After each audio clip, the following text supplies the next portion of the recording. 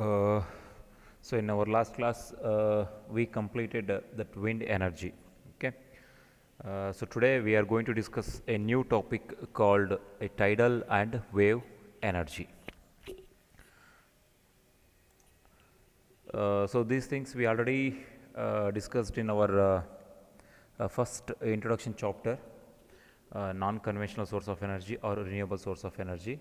In that we briefly discussed about what is meant by tides and what is meant by waves and what is its differences between the tides and waves and how it is working and what are its advantages and disadvantages we discussed in our first module. Okay.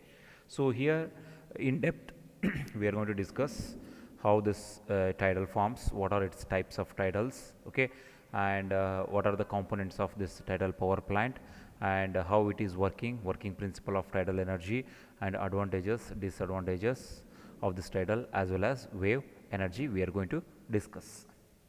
So in the slides shows that this is what the ocean. So that ocean is the main reasons to form this tidal energy or wave energy. And in the first pic, you can just able to see this earth and moon.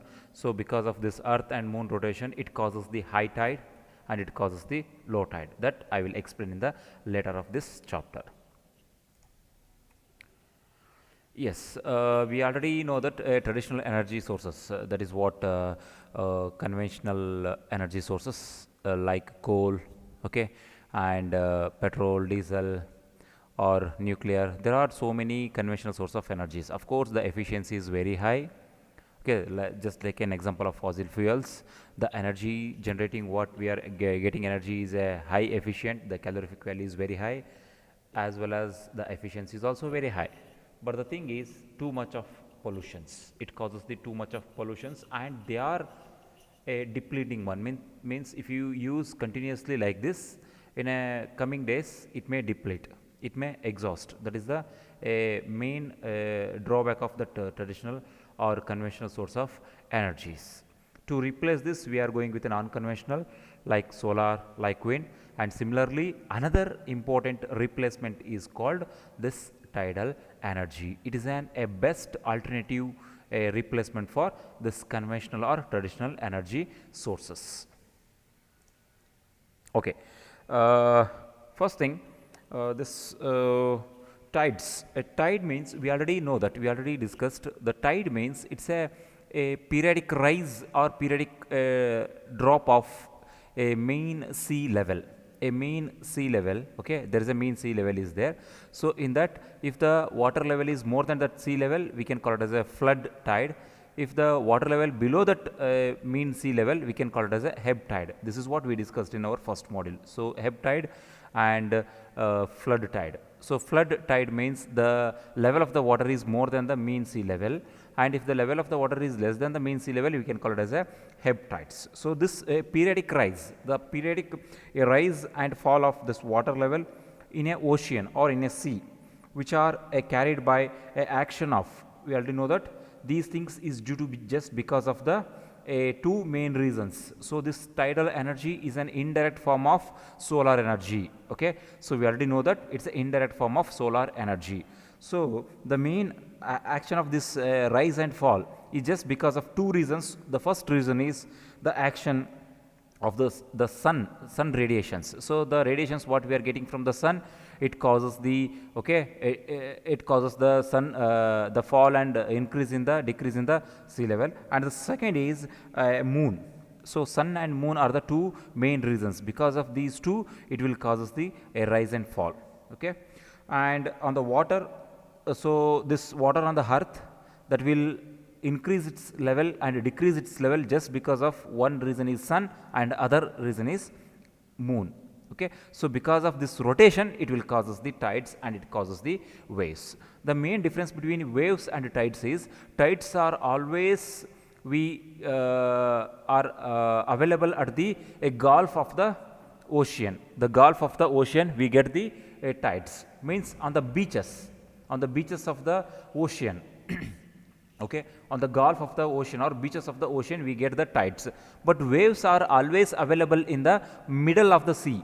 So in the middle of the sea, the waves are formed, and the reason for these waves are, the first thing is the rotation of the earth, and the second thing is wind energy. So the wind energy will forms the waves that is in the middle of the sea, and at the gulf of the or beaches of the or seashore we get that waves, okay, that tidal or that is what periodic rise and fall, and this tidal energy is because of sun and moon. The wave energy is because of moon and the wind energy. Clear? So get the difference between wind energy and that wave energy and the tidal energy. So tidal energy is available at the seashore or the gulf of the ocean. Clear? And wave energy is available at the middle of the sea. So middle of the sea, it causes the movement of the water, and that movement of the water is because of the high wind energy, as well as the moon will causes this. Lunar energy or moon will causes this, and tide energy is because of the sun as well as combination of the moon will causes this. Okay. Yes. So the tide energy can be furnished a significant portion of all such energies which are renewable in nature. That is most important. It is renewable in nature. It has been estimated that about a kilowatt of tidal energy, a billion kilowatt of tidal energy is dissipated by friction and eddies alone.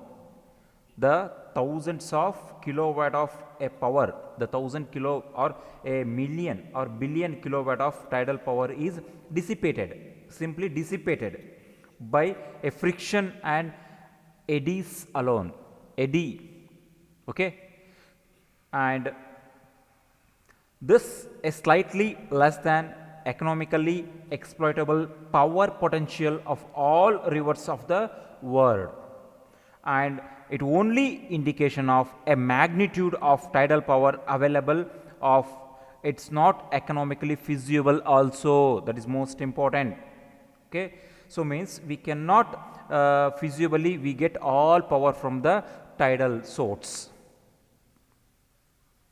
And come to this history, the history of tidal energy, it is not a recent one, means it is not a 10 years or 20 years back we got this technique. So it have a long history. So in the 19th century, you just to see the slide, the power building were built as early as 19th century. That is a one building. Okay. So in the slide, you just to see it's a building. Okay. So that building it is built at an 19th century. So it's a one house where we convert that tidal energy into a useful form of energies. So in the Europe 19th century only they built this conversion of that tidal energy into useful form. So it have a long history. This building was built in an Hall, Portugal, okay, in 1280 years. So on that here it was built. Okay, so it have a long history. The first when you come to the earlier stage, the first attempts was utilize energy of this ocean was in the form of tidals. Okay, it is in the approximately 19th or 10th or 11th century, and it was taken in the European, it was taken in the Portugal, it was taken in the Great Britain, okay, France and Spanish. So all those places they are finding this alternative source of energies. And their earlier use inclined and eventually come to a off of this coming age. So and later stage what happens because of this conventional source like coal and petroleum products. So this type of energies sources are vanished. Why? Because so at that time in 19th century, okay, taken in beginning of the 19th century, what happens? The coal is freely available. Okay, at that time coal energy or petroleum energy is freely available and they are more convenient to use. So that by using those and this type of alternative sources are slowly vanished. And at that time these type of sources are not having much concentration or what we call it as a importance. At the time these energies don't have any importance because of a freely available coal and petroleums Okay, in the 19th century, these coal and petroleum and other conventional sources are easily available, and they are more effective, and they are easy to use, easy to generate, easy to use. So that the people or the researchers are more concentrate on conventional rather than the non-conventional. But at the end of the 19th century or beginning of the 20th century, what happens? So these conventional sources they are starting depleting, means with a continuous usage they are exhausted. So that by forcibly we have to concentrate, or we have to go with the a non-conventional source, like this type of, this is also one of non-conventional source. And so with the beginning of in 1970s, this tidal energy is like other renewable source of energy and received a more attention than a conventional source of energies. The actual beginning, the industrial era will start in the 1960 or 1970s. At that time also, at the same time, this a renewable source of energy is also have attention.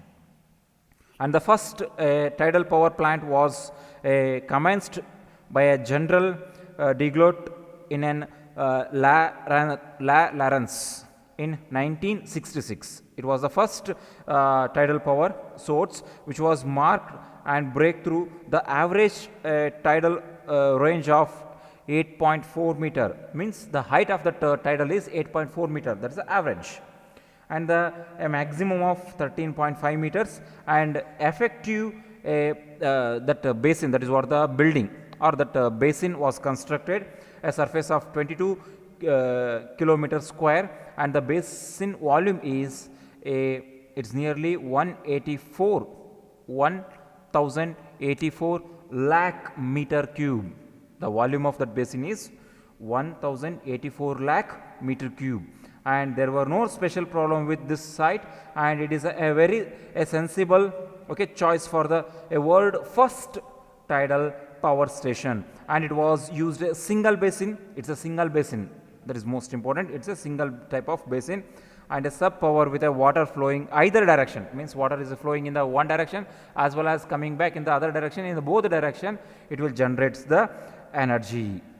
Okay, so bulb turbines have been installed at that time, and they are effectively operated over a period of 25 years. So that was the first tidal power plant were installed. So from this, India is also have some small history. In India, there are possible tidal project. Means in India also we have a few tidal power projects. So in the Gulf of Kutch and Cambay, India have a small tidal power plants, and on a smaller scale we are generating a smaller scale of power generation because it need a strong location. And Subraman's region also, the Bay of Bengal. In the Bay of Bengal, the Subraman region, so the region is called Subraman region. So in the Bay of Bengal also we have a small power stations, in that we are going to get the this tidal energy. So the main requirement for this tidal energy is it need a strong site or location where we get a high wave, that is what high tide and low tide. Okay, so that is a basic requirement. So next, apart from India, the Korea, there have been a series of studies by Canadian and a French firm, and latest one being in the Bay of Garoblin. And comparative statistics, some of recent studies were continuously going on this, and they are more concentrating on this type of renewable source of energies all over the world. So this is what a small introduction of this tidal energy. So that based on this history, we can easily conclude that it is not a recent one, it have a long history, and it is also a successful replacement for the non-conventional source of energies. Yes, come to this tides and wave energy. So come to the tides and wave energy. So we already know that tides and waves are not same. Okay, so tides are always available at the bay or the gulf of the ocean, and waves are available at the middle of the ocean, and these tides are produced by pull of gravity from the moon. So, moon, the gravity, yes, see this is a this is what the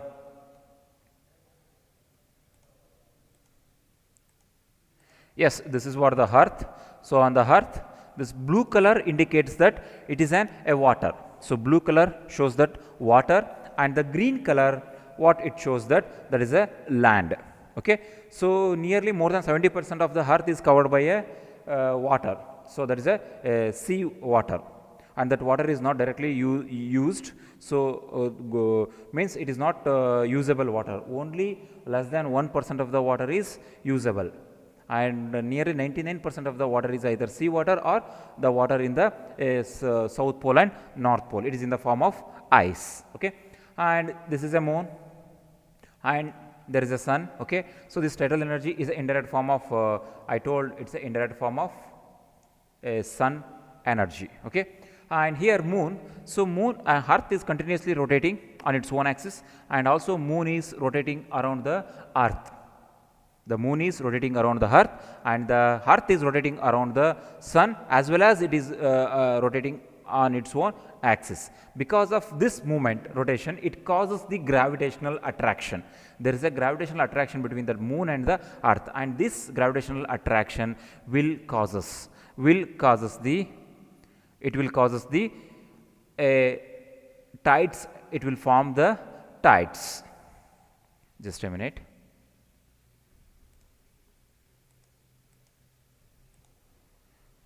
Yes, this is what the one main reason to produce the tides, and at the same time sun is also main reason to generate the tides. So, there is a lot energy in this movement, and it is much in the water, and it causes the conversion of this tidal energy into useful form of energy, like we can use with electric energy or any form of energies like mechanical energy also we get finally. And the tidal energy is energy produced by tides of the ocean. And come to the wave energy, it is a waves. The main reason for this wave energy is waves which are generated at the middle of the sea, and it is because of the more kinetic energy. At the middle of the sea, there is a wind energy is very high. The wind energy is very high in the middle of the ocean, so that it will generates the movement in the water, or the waves in the water. And these waves, okay, so these waves are mainly because of that wind energy, as well as because of the rotation of the earth. And this rotation as well as kinetic energy causes the waves, and that waves will rotates the turbine which are installed in the which are submerged in the water. Means these turbines, okay, turbines are prime movers which are mainly used for convert one form to another form, and these turbines are submerged in the ocean, and because of movement of the water, that will causes the rotation of the turbines. It may be in any direction. Okay. So, the direction of waves is not only in a one direction, it will change the direction according to the change of direction of the kinetic energy of wind. Okay. So, it will change and it will rotate the turbine, and that rotation of the turbine will causes the generation of the electric energy. Okay. So, this is what the main concept of the wave energy. And tidal energy, it is installed, the plants are installed in the bay or in the gulf of the ocean, and there is an constructed a basin. Basin means it is a huge building. So, in that the water from the ocean with a high tide or a low tide will enter into the that basin, and it will rotates the turbine in the both direction. Okay. So, this is the concept is entirely different, and the wave energy concept is entirely different. And by using this we can generate the necessary electric energy. And in the figure you can just observe, this is what the wave, okay, that wave, that is the tides forms, okay, and these tides have a height, maximum height and minimum height. Yes, come to the classification. The classification of tides. There are two important types of classification. First is types of tides, diurnal tide, Okay, the first is diurnal tide and semi-diurnal tide and mixed tide. There are three important types of tides. Okay, diurnal tide, semi-diurnal tide and mixed tide, the first set of classification. And the second set of classification is types of tide is a spring tide as well as a neap tide. Okay, neap tide and spring tide. Come to the first set of classification. Okay, so this diurnal tide. So this diurnal tide, it consists only a one high tide. Okay, so this diurnal tide, if you take hours, 24 hours per day. Okay, 24 hours means per day we have 24 hours.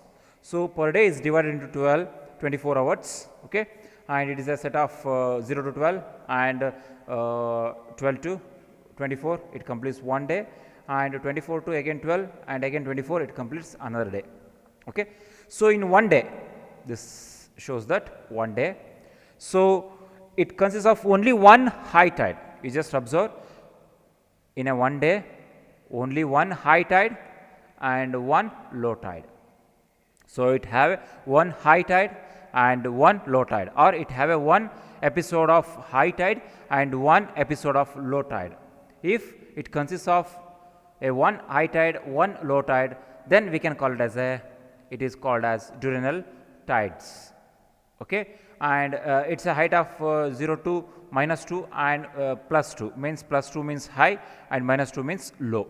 Okay, and this is a diurnal refers to a daily occurrence. This diurnal refers a daily occurrence. In daily basis, one high tide available, and one low tide is available. So the situation where there is only one complete tidal cycle, so it forms the one complete tidal cycle per day, and it consider a diurnal tide. And these type of diurnal tides are commonly in some of the areas like Florida, okay, and Gulf of Mexico, along with the west coastal of Alaska or USA, okay, and some part of Southeast Asia.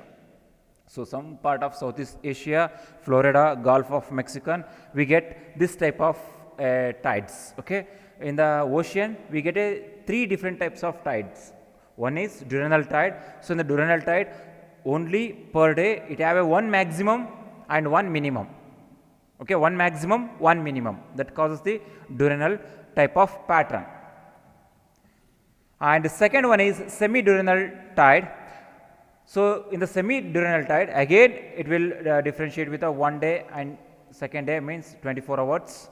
So you just observe, it exhibits two high tides and two low tides. The first high tide and second high tide, first low tide and second low tide, means per day it have a two high tides and two low tides in every day. In every day we get two high tides, two low tides. Okay, and both high and both low roughly equal height, means you just observe this both high tides are nearly equal, both low tides are nearly equal, and it is called semi-diurnal. So diurnal means only one high, one low, but semi-diurnal means it have a two high and two low, and both are nearly equal. Okay, and in a half day we get a one high and one low. In a half day we get one high and one low. That is, we can call it as a semi-diurnal tide. And one tidal cycle takes an half day, means if you complete one diurnal cycle, it takes only half day. But in the first one, it takes one complete day to complete one cycle. But here it takes a half day to complete one cycle. Therefore, there are a two complete cycle per day. So per day we get a two complete cycle. This is a one cycle and this is another cycle. So we get a two cycles per day, and here only one cycle per day. And these are commonly you can see in the east coast of North America and Australia. So, and also some of the west coast of Africa and most of the European. So most of the European and Africa we commonly see this type of semi-diurnal, and also east coast of North America as well as Australia, we get this type of a semi-diurnal type of tides. And the last one is mixed type. So it has 2 high tides and 2 low tides, of course, per day. You just see this is a 1 day and this is a second day. Okay, so you just concentrate on 1 day. So in a 1 day, so 2 high tides and 2 low tides, we get a 2 high tides, 2 low tides per day, but the height of each tide is different. So here height of each tide is nearly same, but here the height of these tides are different. See, the low tides is also different, high tide is also different. The 2 high tides are different heights and 2 low tides are also different tides. The difference in height may results in a amplitudinal circulation, okay, and the angle of moon or any of other variables causes this type of variation. The angle of moon and some other some of the factors which causes this type of mixed tide pattern. And mixed semi-diurnal tides are found along with the specific coastal of North America. Specific coastal of North America, you can see this mixed type of tidals, and the reason is either the angle of moon or some other reason which causes this mixed. So in mixed, the height is variation. Of course, we get a 2 tides, high tides and low tides, but the height is different. But if height is same, it is called semi-diurnal. If height is different, it is called mixed tide. And only one high tide, one low tide, you can call it as a diurnal. So these are the different types of tides. We get, these are the patterns of tides. Okay, and come to the types of tides. A spring tide. So it happens when earth and moon and the sun are in the straight line. If earth, moon and sun are in the straight line, we get the spring tides, a strongest daily tide range. Okay, it's a very strongest daily tidal range. And neap tide means it's the weakest. Spring means it's the strongest tide, very high tide. Neap tide means it happens when the earth, moon and the sun from 90 degree, means see, it's the sun, earth and moon is 90 degree. So if the moon, sun, earth is in 90 degree, then it causes a weak tide. It is called neap tide. If all are in the straight line, it causes a strong tide. It is called a spring tide. Okay, so it is another types of tides.